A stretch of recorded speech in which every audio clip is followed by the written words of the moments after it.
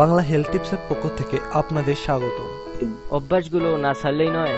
দৈনন্দিন জীবনে আমরা এমন অনেক কিছুই করি যা অনেক বড় সমস্যার সৃষ্টি করে। সাধারণত মুঠোফোনে কথা বলা, কম্পিউটারে কাজ করা বা শিশুকে আদর করার ভঙ্গি থেকেই হতে পারে নানা সমস্যা।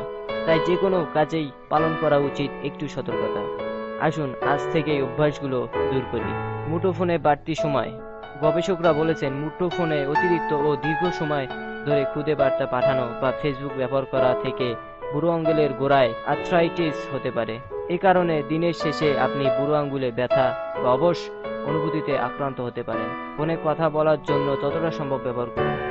বড় বড় বার্তা পাঠানো বা অনেকক্ষণ ধরে ব্রাউজ করা এড়িয়ে চলুন। এগুলোর জন্য আপনার কম্পিউটার ব্যবহার করাই ভালো। শিশু কোলে নেওয়া। 2 হাত দিয়ে শিশুকে কোলে তোলা ও উঁচু করে ধরে রাখা থেকে ডিকুয়ের ভান্স টেনোসাইনোভাইটিস নামের সমস্যা হয়। এ কারণে কবজি ও বুড়ো আঙ্গুলের উপর চাপ পড়ে, এতে ব্যথা এমনকি ফুলে যেতে পারে।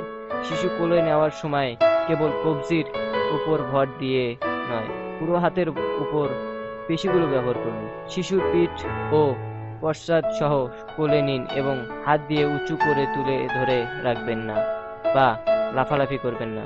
শিশুকে ঘাড়ে নিয়ে ঘোরা। শিশুকে ঘাড়ের উপর তুলে অনেকেই ঘোরাঘুরি করেন, এতে বাড়ে মেরুদণ্ডের পেশি ও হাড়ের গুরুতর ক্ষতি হতে পারে।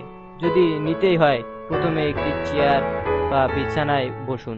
শিশুকে বিছানা থেকে ঘাড়ে বেয়ে উঠতে বলুন এবং তারপর ধীরে ধীরে দাঁড়ান। কখনো মেঝে থেকে শিশুকে ঘাড়ে নেবেন না।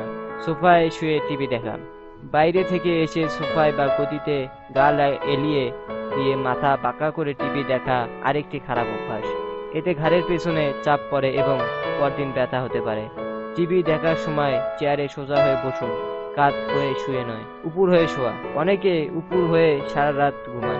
সকালে ঘাড় ও কাঁধে ব্যথা হয়, কেননা উপর হয়ে শুলে এক হাত সাধারণতই হাইপার এক্সটেন্ড হয়ে থাকে এবং ঘাড়ের উপর চাপ পড়ে।